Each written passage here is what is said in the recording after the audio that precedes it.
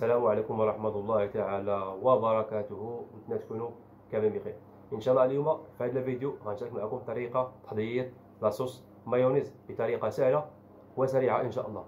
وبغيتكم تحطوا لي الانواع ديال الصوص ان شاء الله اللي بغيتو نشاركها معكم في الفيديوهات الجايين، وحطوا لي الاراء ديالكم في هذه الوصفة ديال صوص مايونيز. خليكم على فيديو.